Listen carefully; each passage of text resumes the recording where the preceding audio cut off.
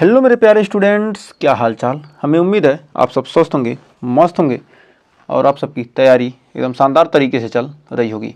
तो कह रहा है क्लास 12 के फिजिक्स में एक बार फिर हाजिर है लेकर अध्याय 1 का लेक्चर नंबर 11 2025-26 यानी बोर्ड एग्जाम 2026 को टारगेट कर रहे हैं। यूपी, बिहार, एमपी, राजस्थान किसी भी बोर्ड के हैं।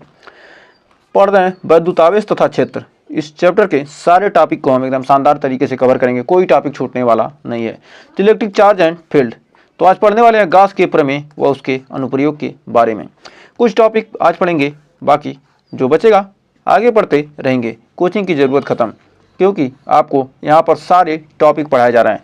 आप कोचिंग नहीं पढ़ते हैं, आप पिछले ईयर का देख लीजिए, जो भी हमने पढ़ाया था वही आपके एग्जाम में सेम टू सेम छपा था। तो आपको टेंशन लेने की ज़रूरत नहीं है, बस हमारे साथ जुड़े रहिए। आप शानदार तरीके से 70 में 70 फिजिक्स में आप कर लेंगे ही। तो आइए शुरुआत करते हैं सेशन की। इसी के साथ हमारा केमिस्ट्री भी चल रहा है, मैथ भी चल रहा है, सारे चल रहे हैं, तो देखते रहिए। कह रहा है गॉस के प्रमेय या गॉस का नियम। तो हमारा टॉपिक है गॉस का प्रमेय या गॉस का नियम। तो गॉस का प्रमेय या गॉस का नियम होता क्या है? कोई बंद पृष्ठ से गुजरने वाला कितना भी जितना वैद्युत फ्लक्स गुजरता है, तो किसी बंद पृष्ठ से गुजरने वाला कुल वैद्युत फ्लक्स उस पृष्ठ से परिबद्ध, मतलब जो कोई पृष्ठ है, मान लीजिए क्या ऐसे बंद पृष्ठ है, इससे जितना भी क्या होगा फ्लक्स गुजरेगा वह किसके बराबर होगा? उसमें उपस्थित आवेश, उसमें क्या उपस्थित आवेश के 1/ε गुना के बराबर होता है। तो आइए इसको डिफिनीशन लिखते हैं, उसके बाद प्रूफ भी करेंगे। तो कह रहा है किसी बंद पृष्ठ से, हम लिखेंगे किसी बंद पृष्ठ से, किसी बंद पृष्ठ से, किसी बंद पृष्ठ से गुजरने वाला,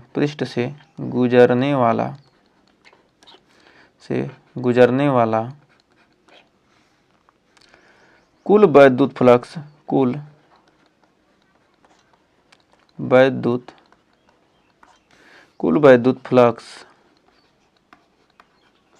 वैद्युत फ्लक्स फाई ई उस पृष्ठ से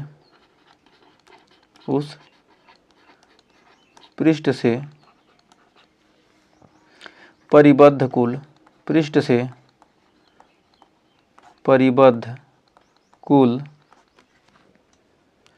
आवेश,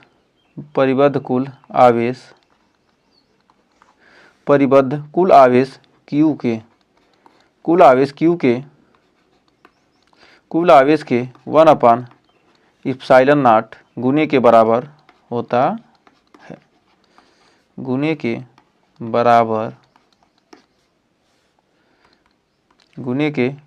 क्या होता है? बराबर होता है। तो कह रहा क्या, किसी बंद पृष्ठ से गुजरने वाला कुल वैद्युत फ्लक्स, बंद पृष्ठ से कितना वैद्युत फ्लक्स गुजर रहा है, उसका मान उस पृष्ठ से परिबद्ध, उस पृष्ठ से, जो पृष्ठ है से परिबद्ध कुल आवेश, मतलब उसके चारों तरफ का कुल आवेश के 1/ε गुने के बराबर होता है। तो अब लिख सकते हैं यहाँ पर फाई ई बराबर हो जाएगा Q गुणे 1/ε0, या यहाँ से फाई ई बराबर हो जाएगा Q/ε0। तो ये हमारा क्या हो जाएगा, फार्मूला निकल कर आ जाएगा। तो उम्मीद है यहाँ तक कोई डाउट नहीं होगा। अब आइए गॉस प्रमेय का करते हैं क्या, सत्यापन। अब गॉस प्रमेय का हम करेंगे क्या, सत्यापन। गॉस प्रमेय का सत्यापन।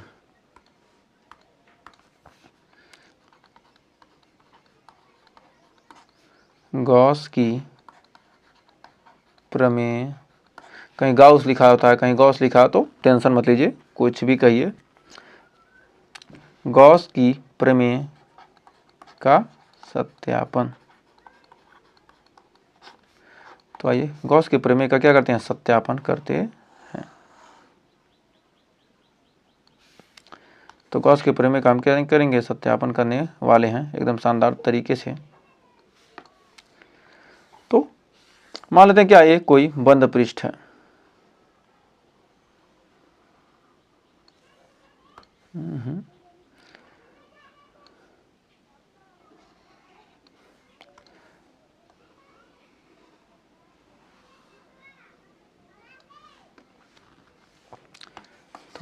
अच्छा सा सुंदर सा बन जा।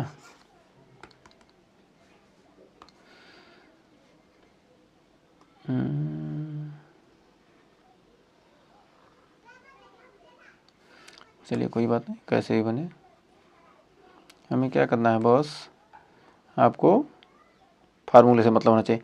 मान लेते क्या इसका केंद्र Q है, मान ले केंद्र पर इस पर क्या है, माना प्लस Q आवेश है, यहाँ पर क्या है प्लस Q आवेश रखा है। तो यहाँ से क्या है, इससे हमें क्या है बिंदु P पर, इससे हमें कुछ दूरी पर, यहाँ पर हमें इससे क्या है बिंदु P पर, यहाँ से हमें यहाँ पर हमें क्या करना है, यहाँ पर वैद्युत क्षेत्र की तीव्रता ज्ञात करनी है। तो यहाँ से हमें क्या करें, यहाँ पर बिंदु क्या है हमारा P है, बिंदु P पर हम क्या करेंगे, हम एक अल्पांश के कारण क्या करेंगे, हम फ्लक्स ज्ञात करेंगे। तो अल्पांश के कारण कितना फ्लक्स गुजर रहा है तो उसको मानते हैं। तो इसके क्या है केंद्र से r दूरी पर, इसके केंद्र से r दूरी पर हमें क्या करना है, फ्लक्स की गणना करनी है, कितना फ्लक्स गुजर रहा है। तो उससे क्या करेंगे, हम पूरे पृष्ठ से गुजरने वाले फ्लक्स की संख्या आसानी से निकाल सकते हैं। मान लीजिए क्या है हमारा एक बंद पृष्ठ A है, तो बंद पृष्ठ A के केंद्र O से r दूरी पर हमें बिंदु P है, वहाँ पर हम क्या करेंगे अल्पांश के कारण यहाँ पर क्या करेंगे हम निकालेंगे। तो यहाँ पर अल्पांश के कारण निकालेंगे, तो यहाँ से हम क्या करेंगे, यहाँ से हमारा ये मिल जाएगा, यहाँ से यहाँ तक, इसको करेंगे यहाँ से यहाँ तक मिला देंगे। ये क्या हो जाएगा हमारा एक घन कोण बनाएगा, ये अल्पांश क्या करेगा हमारा एक घन कोण बनाएगा जिसका नाम क्या है ओमेगा, डी ओमेगा, मतलब ये छोटे अल्पांश के कारण क्या छोटू से कारण है। तो इसका क्षेत्रफल हमारा क्या आ जाएगा डी ए क्षेत्रफल। तो इस बिंदु P पर हमें क्या है प्लस Q आया इसका, तो किसके कारण क्या होगा वैद्युत क्षेत्र क्या होगा दूर की तरफ होगा। तो वैद्युत क्षेत्र क्या होगा हमारा दूर की तरफ होगा। तो और यहाँ पर क्षेत्रफल वेक्टर क्या होगा लंबवत बाहर की तरफ होगा। तो क्षेत्रफल वेक्टर क्या होगा हमारा डी ए, क्षेत्रफल वेक्टर हमारा क्या है डी ए, क्षेत्रफल वेक्टर हमारा डी ए, तो डी ए हो जाएगा। तो क्षेत्रफल वेक्टर और ये वैद्युत क्षेत्र के बीच का कोण हमारा क्या है थीटा। तो हमारा क्या है यहाँ कोण क्या है हमारा थीटा है। तो क्षेत्रफल वेक्टर के बीच का कोण क्या हमारा थीटा है। तो यहाँ पर कोण थीटा है। अब यहाँ पर अब हम गॉस का प्रमेय अब लगाएंगे। तो डी ए और ई के बीच का कोण थीटा है। तो यहाँ पर हम जानते हैं कि डी ए वेक्टर डी ए व ई वेक्टर ई के बीच का कोण बीच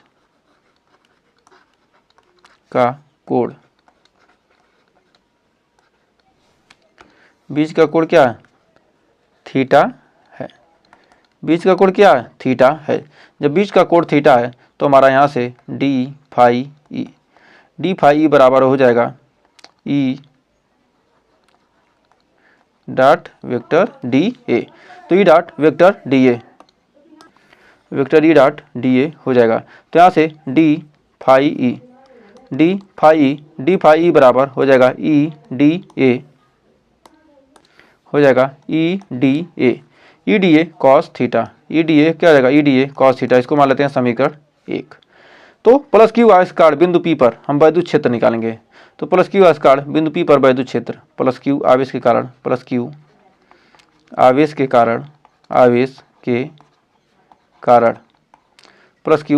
के कारण वैद्युत क्षेत्र कारण बिंदु P पर प्लस क्यू आवेश के कारण बिंदु P पर हमारा वैद्युत क्षेत्र E बराबर हो जाएगा 1/4 pi epsilon not into Q/R square. तो E का मान क्या होगा 1/4 pi epsilon not Q/R square. अब हमारा E का मान यहाँ पर क्या हो जाएगा डी फाई बराबर क्या यहाँ से E से गुणा कर देंगे तो हमारा हो जाएगा यहाँ पर समीकरण 1 से समीकरण 1 से हो जाएगा डी फाई ई बराबर हो जाएगा 1/4 pi epsilon not into Q/R square into D A cos theta. तब डी ए कॉस थीटा है तो यहाँ पर डी फाई ई बराबर हो जाएगा Q upon 4 pi epsilon not into D A cos theta upon R square. इसका मान क्या हो जाएगा हमारा डी ओमेगा हो जाएगा। तो डी फाई ई बराबर हो जाएगा Q upon 4 pi epsilon not into D omega. हम पहले ही पढ़ चुके हैं D A upon cos theta, D A cos theta upon R square क्या होता है डी ओमेगा के बराबर होता है। अब हमारा इतना निकल गया। अब कुल वैद्युत फ्लक्स अब निकालेंगे।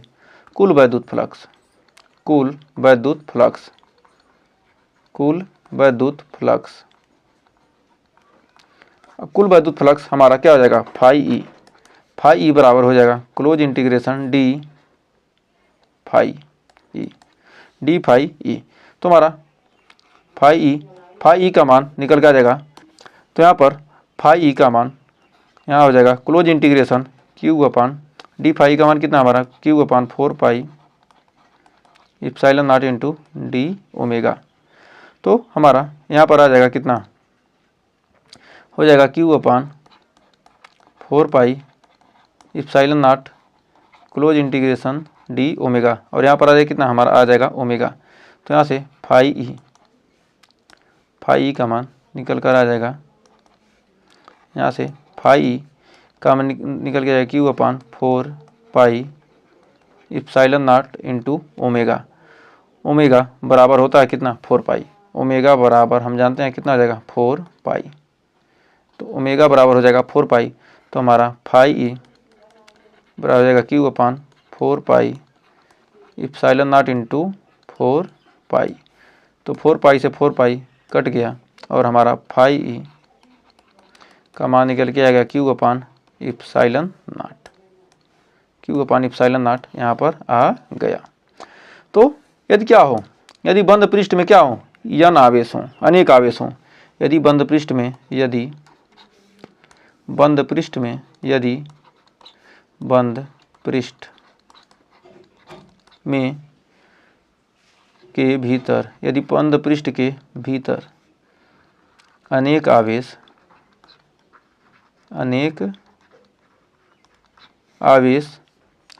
Plus Q1 plus Q2 plus Q3 minus Q4 minus Q5 dot dot स्थित हों, तो हो जाएगा हमारा फाई ई बराबर sigma Q upon epsilon not, sigma Q upon epsilon not हो जाएगा। सिग्मा क्यू हमारा क्या है आवेशों का बीजगणितीय योग, आवेशों का बीजगणितीय योग, आवेशों का बीजगणितीय योग, बीजगणितीय योग, यह क्या आवेशों का बीजगणितीय योग है।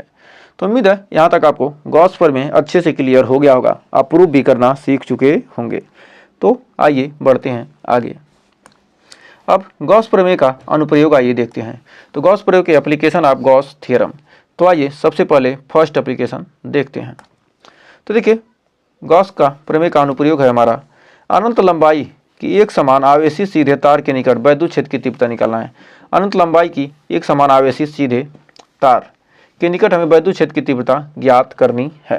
तो हम क्या करेंगे, सबसे पहले हम एक अनंत लंबाई की क्या कहते हैं एक आवेशित तार ले लेते हैं। तो एक अनंत लंबाई की आवेशित तार, सबसे पहले हम एक अनंत लंबाई की आवेशित तार लेते हैं।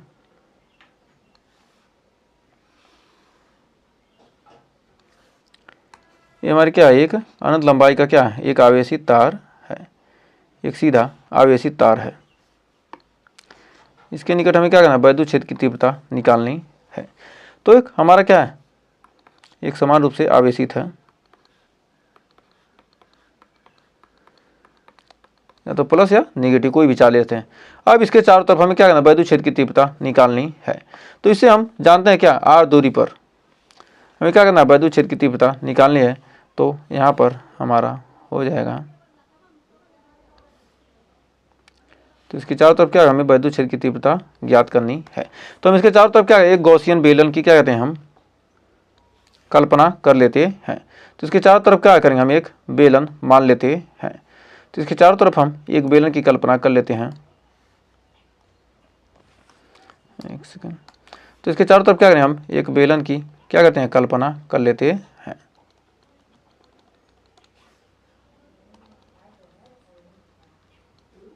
तो इसके चारों तरफ हमने क्या किया, मान लिया एक बेलन के आकार का हमने मान लिया। तो क्या करें, हम गोली पृष्ठ मान लेते हैं और हम यहाँ पर यह हमारा क्या मान लेते हैं, इसकी लंबाई क्या यल है, मान लेते हैं क्या यह लंबाई का है, माना क्या इसकी लंबाई यल है, यल लंबाई का हमने क्या किया, एक गॉसियन बेलन की कल्पना कर लेते हैं। तब ये इसको हम क्या करें, यदि इसको S2 मान लें, इसको S1 मान लें और इसको S3 मान लें, तब हमारा यहाँ पर इस पर हम क्या करेंगे, इस पर हम क्या करेंगे, हम इससे गुजरने वाला कुल वैद्युत फ्लक्स ज्ञात करेंगे, ये कल्पना के कारण यहाँ निकालेंगे। फिर यहाँ पर हम क्या करेंगे, सरफेस S2 से गुजरने वाला वैद्युत फ्लक्स ज्ञात करेंगे और फिर सरफेस S3 पर गुजरने वाले फ्लक्स की गणना करेंगे। और हम इसके निकट क्या करेंगे, सीधे तार के निकट यहाँ पर हम क्या करेंगे, वैद्युत क्षेत्र की तीव्रता आसानी से निकाल सकते हैं। अब यहाँ पर हमारा S1 सरफेस S1 पर वैद्युत क्षेत्र हमें निकालना है। तो हमें क्या हो जाएगा, ये धनावेश है, इसके कारण क्या होगा, दूर की तरफ, इसके कारण क्या होगा, हमें दूर की तरफ वैद्युत क्षेत्र प्राप्त होगा। इसके कारण हमें क्या होगा, दूर की तरफ वैद्युत क्षेत्र, और हमारा जो क्षेत्रफल वेक्टर क्या होगा, लंबवत ऊपर की तरफ। और यहाँ पर हमें क्या होगा, वैद्युत क्षेत्र दूर की तरफ और क्षेत्रफल वेक्टर भी क्या होगा, लंबवत बाहर की तरफ होगा। और यहाँ पर वैद्युत क्षेत्र दूर की तरफ और क्षेत्रफल वेक्टर क्या होगा, लंबवत बाहर की तरफ होगा। तो हमारा क्या ये हमारा DA है और हमारा क्या ये वेक्टर E है, ये हमारा क्या वेक्टर E है और हमारा क्या ये DA है और हमारा ये वेक्टर E है और ये हमारा क्या DA है। तो अब संपूर्ण गॉसियन पृष्ठ से गुजरने वाला कुल वैद्युत फ्लक्स निकालेंगे। अब यहाँ से गुजरने वाला कुल वैद्युत फ्लक्स कितना हो जाएगा, φ1 हमारा S1 सरफेस से गुजरने वाला कुल वैद्युत फ्लक्स मान लेते हैं क्या φ1, और S2 से गुजरने वाला φ2 है और S3 से गुजरने वाला क्या हमारा φ3 है। तब संपूर्ण गॉसियन पृष्ठ से गुजरने वाला कुल वैद्युत फ्लक्स, अब इस गॉसियन पृष्ठ को हमने जो कल्पना की है इससे गुजरने वाले कुल वैद्युत फ्लक्स की आइए गणना करते हैं। तो कुल वैद्युत फ्लक्स की क्या कहते हैं, गणना करते हैं। तो संपूर्ण गॉसियन पृष्ठ से, संपूर्ण गॉसियन पृष्ठ से, गॉसियन पृष्ठ से गुजरने वाला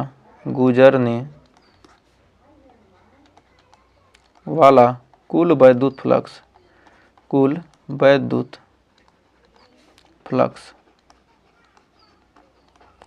संपूर्ण गॉसियन पृष्ठ से गुजरने वाला कुल वैद्युत फ्लक्स मान लेते हैं क्या φE है।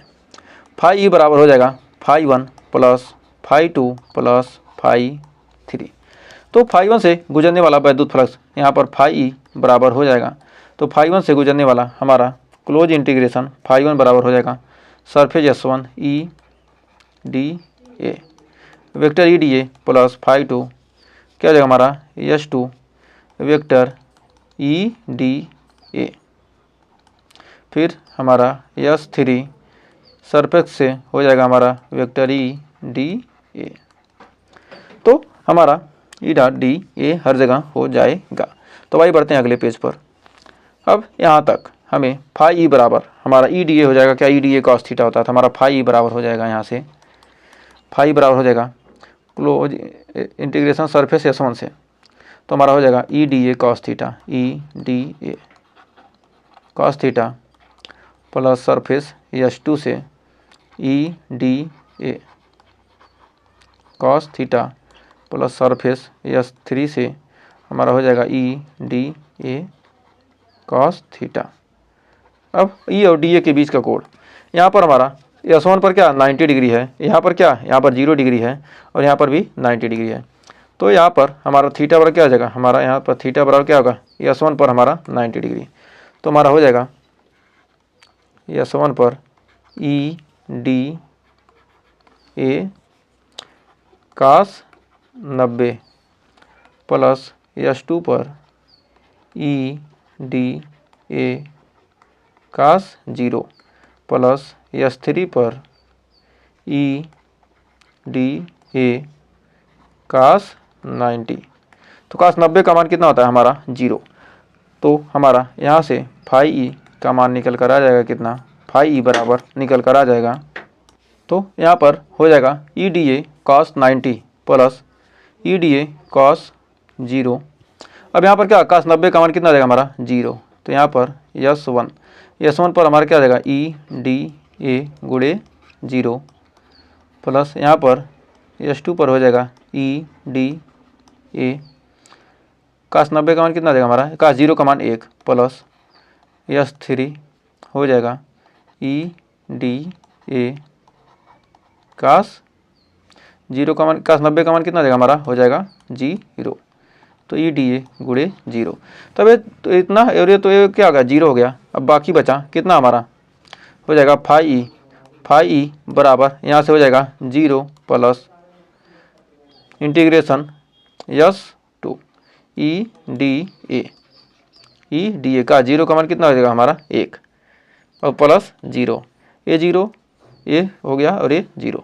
तो हमारा ई डी ए अब यहाँ पर हो जाएगा हमारा, यहाँ पर करेंगे इंटीग्रेशन तो फाई ई बराबर हमारा डी ए का इंटीग्रेशन हो जाएगा कितना, ई बाहर हो जाएगा और हमारा हो जाएगा डी ए, हमारा S2 सरफेस है।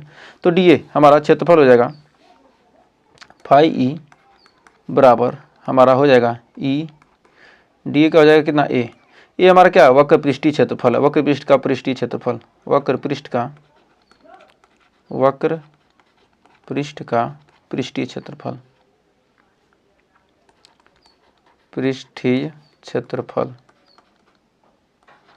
तो हमारा फाई ई बराबर हो जाएगा हमारा बेलन क्या होगा, क्षेत्रफल निकालने के वक्र पृष्ठ का क्षेत्रफल हो जाएगा ई इंटू 2 पाई आर एल। तो हमारा हो जाएगा समीकरण नंबर 1। अब गॉस प्रमेय से, अब हमारा गॉस प्रमेय से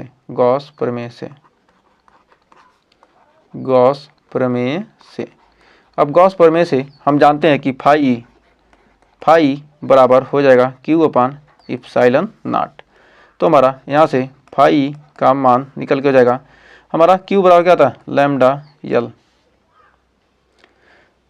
तो लैम्डा एल हमारा lambda L upon epsilon not, तो lambda L upon epsilon not. तो हमारा क्या होगा रेखीय आवेश घनत्व होता है क्या, एकांक लंबाई से गुजरने वाला आवेश की मात्रा को रेखीय आवेश घनत्व कहते हैं। तो लैम्डा बराबर क्या होता है हमारा, लैम्डा बराबर होता है क्या क्यू बटे एल। हम जानते हैं रेखीय आवेश घनत्व होता है लैम्डा बराबर क्यू बटे एल। तो हमारा क्यू बराबर क्या हो जाएगा लैम्डा एल, क्यू के जगह क्या हम लैम्डा एल लिख सकते हैं। तो क्यू बराबर हमारा लैम्डा एल यहाँ से आया है। तो ये क्या हमारा रेखीय आवेश घनत्व हमारा क्या होगा समीकरण नंबर 2।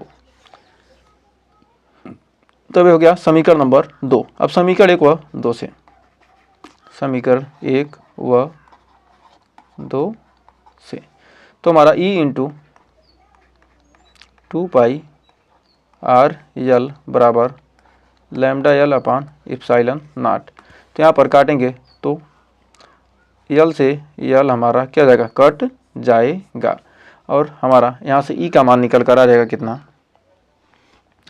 ई बराबर निकल के आ जाएगा lambda upon 2 pi epsilon not into R, या इसको लिख सकते हैं क्या इसको लिख सकते हैं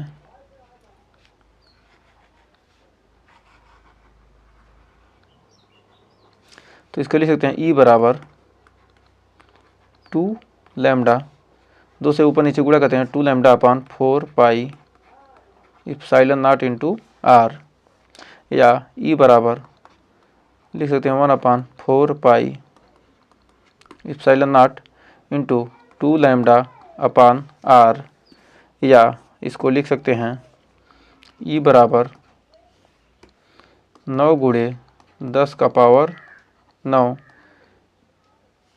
इंटू 2 लैम्डा अपान आर। तो ये हमारे क्या आ जाएंगे, फार्मूला बन जाएगा। तो हमें उम्मीद है आपको यहाँ तक कोई डाउट नहीं होगा और अच्छे से क्लियर हो गया होगा। तो आप शानदार तरीके से, और इसका मात्रक क्या होता है, न्यूटन प्रति कूलाम हो जाएगा। तो हमने क्या किया, एक बार इसको रिवीजन कर लेते हैं।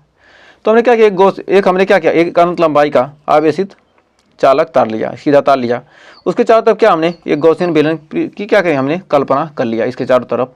अब यहाँ पर इस बेलन के क्या हमने 3 सरफेस हैं, S1 S2 S3। तीनों सरफेस से हम क्या करेंगे, गुजरने वाला कुल फ्लक्स, तो S2 से कितना गुजरेगा, S1 से कितना गुजरेगा, S3 से कितना गुजरेगा, इन सभी फ्लक्सों को क्या हमने निकाल लिया और सभी को जोड़ दिया। और जोड़ने के बाद हमने क्या किया, यहाँ पर हमने जोड़ा है तो φ1 + φ2, फाई बराबर क्या होता है EDA, φ2 EDA, φ3 EDA होता है। तो हमने ये सारे फार्मूले पढ़े हैं पीछे। तब EDA cos थीटा, थीटा का मान क्या 90 डिग्री है, यहाँ पर 0 डिग्री था, यहाँ पर 90 डिग्री है। तो इस प्रकार हमने क्या किया, यहाँ पर 0 डिग्री 90 डिग्री cos 90 का मान 0 होता है, और cos 0 का मान 1 और cos 90 का मान 0। तो यहाँ से हमने जोड़ लिया, ये सारे कैलकुलेशन किए और उसके बाद हमने यहाँ पर निचोड़ निकाल लिया। तो हमारा क्या है, अनंत लंबाई के आवेशित चालक तार के आड़ जो क्या उत्पन्न विद्युत क्षेत्र की तीव्रता कितनी है, 9 × 10⁻⁹ × 2 लैम्डा अपान आर। तो उम्मीद है यहाँ तक कोई डाउट नहीं होगा। तो अब हमारा अगला है, तो देखिए कह रहा है कि अनंत विस्तार की एक समान आवेशित समतल चादर के निकट विद्युत क्षेत्र की तीव्रता ज्ञात करनी है। तो क्या अनंत विस्तार का हमने अनंत लंबाई के चालक तार के लिए हमने क्या विद्युत क्षेत्र की तीव्रता निकाली थी। अब निकालने वाले अनंत विस्तार की एक समान आवेशित समतल चादर के निकट विद्युत क्षेत्र की तीव्रता। यह बहुत ही इंपॉर्टेंट क्वेश्चन है, आपके एग्जाम में बहुत ही ज़्यादा पूछा जाने वाला। तो 100% आपके एग्जाम में पक्का आने वाला है। इसके 2-3 अनुप्रयोग हैं, उनमें से एक अनुप्रयोग आपके 100% एग्जाम में आना ही आना है। तो अब की बार मान के चलिए ये आपके एग्जाम में छपने वाला है। तो कह रहा अनंत विस्तार की एक समान आवेशित समतल चादर। तो हम क्या करें, एक अनंत विस्तार की एक आवेशित समतल चादर लेते हैं। तो हम क्या करेंगे, अनंत विस्तार की क्या करें, एक समतल आवेशित चादर लेते हैं। तो आइए एक अनंत विस्तार की समतल आवेशित चादर को देखते हैं। तो हमारा एक अनंत विस्तार की, यहाँ से हम क्या करेंगे, एक अनंत विस्तार की एक समतल चादर लेंगे, एक अनंत विस्तार की समतल आवेशित चादर। ये हमने क्या किया, एक अनंत विस्तार की समतल आवेशित चादर लेना है। तो क्या हो गया, ये हमारा हो जाएगा,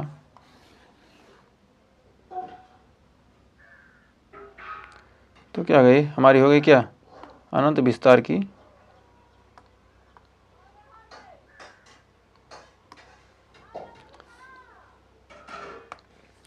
तो ये हमारा क्या अनंत विस्तार का हो गया, एक समतल आवेशित चादर है।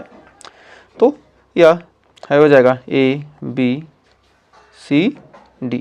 एक अनंत विस्तार की समतल आवेशित चादर है। अब इसके चारों तरफ हम क्या करेंगे, एक गॉसियन, इसके बीच से हमने क्या एक गॉसियन बेलन की कल्पना कर लेते हैं। एक गॉसियन बेलन हम मान लेते हैं कि क्या एक गॉसियन बेलन क्या इसके चारों तरफ बना हुआ है। तो यहाँ पर एक गॉसियन बेलन की हम क्या कहते हैं, कल्पना कर लेते हैं। एक गॉसियन बेलन की क्या कहते हैं, हम कल्पना इसके चारों तरफ कर लेंगे। तब यहाँ पर हमारा एक गॉसियन बेलन की कल्पना करेंगे,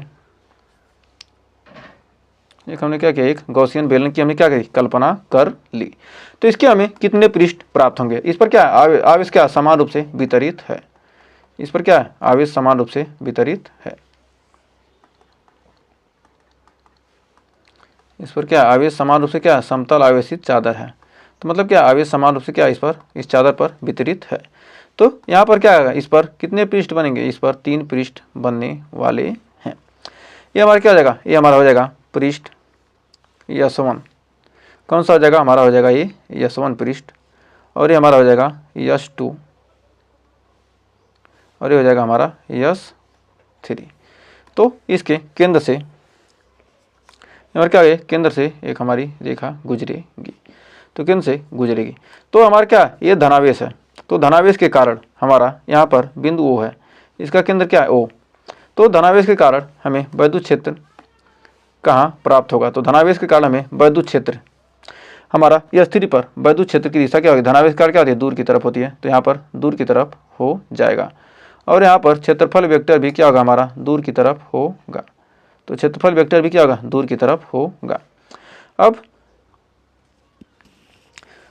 सरफेस S2 पर हमारा क्या होगा, दो वैद्युत क्षेत्र क्या होगा, धनावेश कार्य क्या दूर की तरफ, और क्षेत्रफल वेक्टर क्या लंबवत बाहर की तरफ होता है। यहाँ पर क्षेत्रफल वेक्टर क्या होगा, दूर की तरफ, और वैद्युत क्षेत्र की दिशा क्या होगी, वैद्युत क्षेत्र की दिशा दूर की तरफ, और क्षेत्रफल वेक्टर क्या होगा, लंबवत बाहर की तरफ होगा। तो लंबवत बाहर की तरफ होगा। तो हमने क्या किया, यहाँ पर हमने क्या किया, एक अल्पांश के कारण हम क्या कर रहे हैं, यहाँ पर हम सब कुछ ज्ञात कर रहे हैं। तो अल्पांश के कारण ज्ञात कर रहे हैं, उसके बाद हम क्या करेंगे, पूरे क्या करेंगे, इंटीग्रेशन कर देंगे तो हमें प्राप्त हो जाएगा। तो इससे हमने क्या किया, आर दूरी पर, इधर क्या है, इधर भी आर दूरी पर, तो हमने क्या किया, एक बेलन की कल्पना कर ली। अब हमारा पृष्ठ S1 यहाँ पर क्या होगा, हमारा क्षेत्रफल वेक्टर क्या होगा, डी ए वेक्टर, और हमारा क्या, इसका क्षेत्रफल कितना हमारा DA है, जो हमने अल्पांश लिया उसका क्षेत्रफल क्या है, DA है, और वैद्युत क्षेत्र की दिशा क्या है, दूर की तरफ। तो हमने क्या, इसका क्षेत्रफल लिया है DA, ये हमारा क्षेत्रफल है क्या, DA, और क्षेत्रफल वेक्टर क्या होगा, लंबवत बाहर की तरफ, तो हमारा क्या हो जाएगा, DA वेक्टर, और वैद्युत क्षेत्र की दिशा क्या होगा, बाहर की तरफ, तो हमारा वैद्युत क्षेत्र की दिशा वेक्टर हमारा क्या है, DA वेक्टर।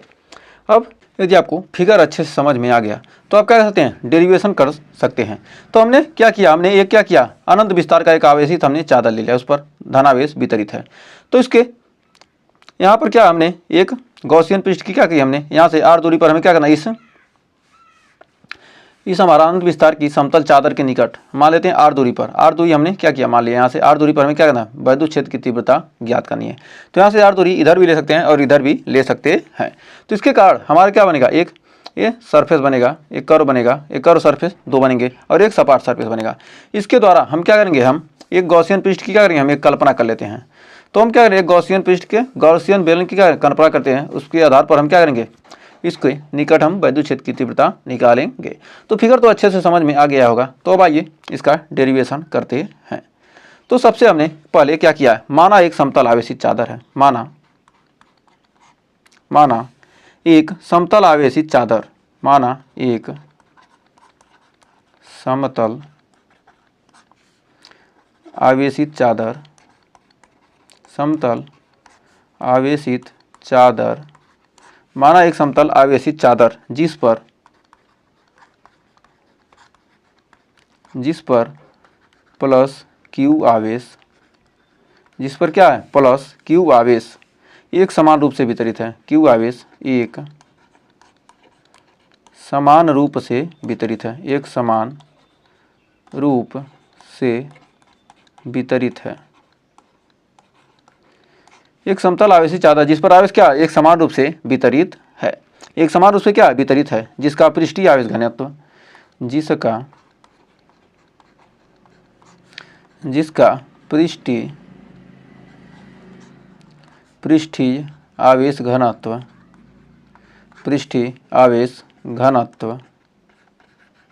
जिसका पृष्ठीय आवेश घनत्व, जिसका क्या है, पृष्ठीय आवेश घनत्व सिग्मा है। अब चादर से r दूरी पर हमें क्या करना है, चादर से r दूरी पर जो हमने लिखा है उसका थ्योरी लिख रहे हैं। चादर से r दूरी पर, चादर से r दूरी पर स्थित बिंदु P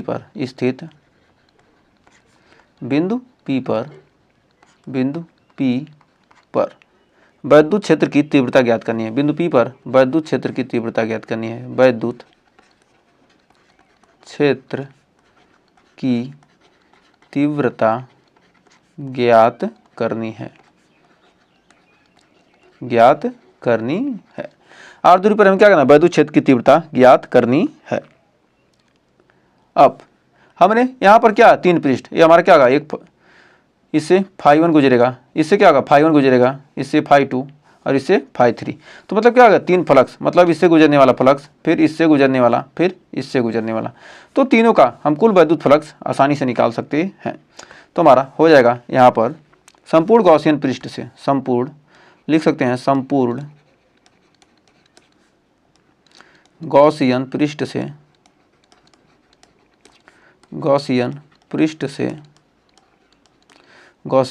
से गुजरने वाला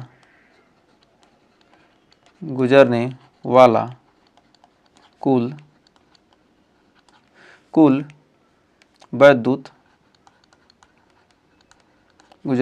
वैद्युत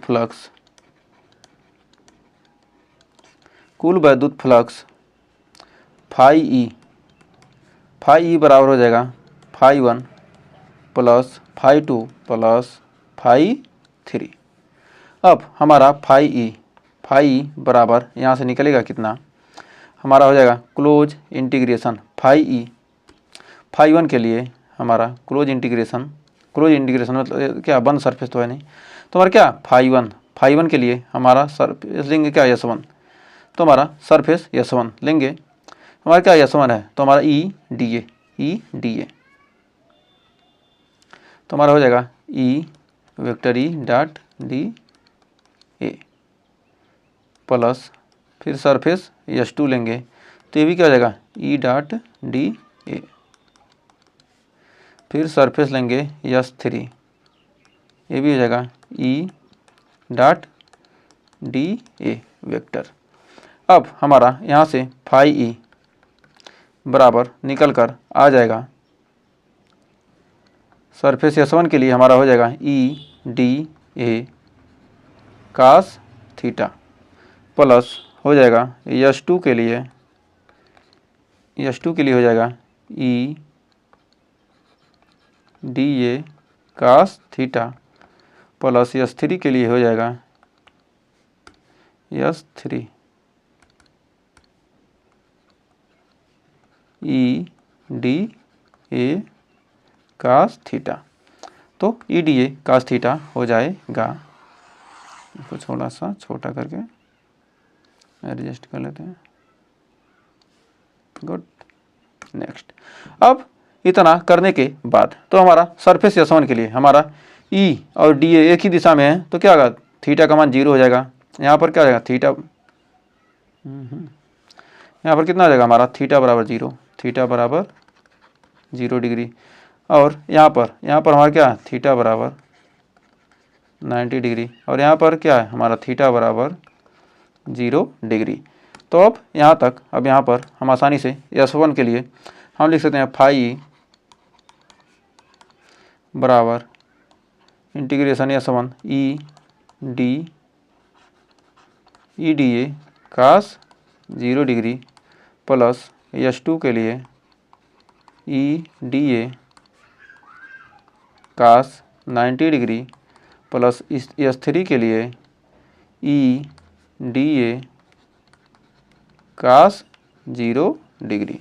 अब कास 0 का मान 1 और कास 90 का मान 0, तो हमारा यहाँ से फाई ई बराबर हो जाएगा S1 हमारा हो जाएगा ई डी ए प्लस S2 ई डी ए गुणे 0 यहाँ गुणे 1 प्लस S3 ई डी ए गुणे 1। अब यहाँ पर हमारा S1 बराबर, S1 में हम क्या आ जाएगा, हमारा ई बाहर आ जाएगा, ई बाहर ले लेंगे तो हमारा हो जाएगा S1 डी ए प्लस यहाँ पर कितना, ये तो हो जाएगा 0 प्लस हमारा हो जाएगा, यहाँ से ई बाहर हो जाएगा तो हमारा हो जाएगा डी ए, ये हो जाएगा कितना S3, तो हमारा डी ए हो जाएगा ई फाई ई बराबर यहाँ से निकल कर आ जाएगा फाई ई बराबर हमारा हो जाएगा ई ए, डी ए का समाकलन करेंगे तो ई ए प्लस ई ए। अब हमारा फाई ई बराबर हो जाएगा कितना 2 ई ए, तो 2 ई ए हमारा हो जाएगा समीकरण नंबर 1। अब समीकरण नंबर 1 हो गया। अब गॉस के प्रमेय से, अब यहाँ पर गॉस की प्रमेय